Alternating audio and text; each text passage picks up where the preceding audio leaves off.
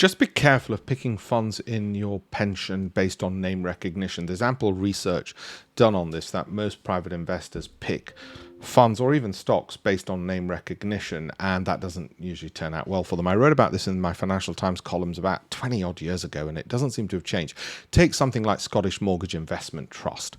50% loss, your pension 50% wiped out. Now, of course, you would say, thankfully, I didn't put all my money into just that one company in my pension. No, but others have had similar returns.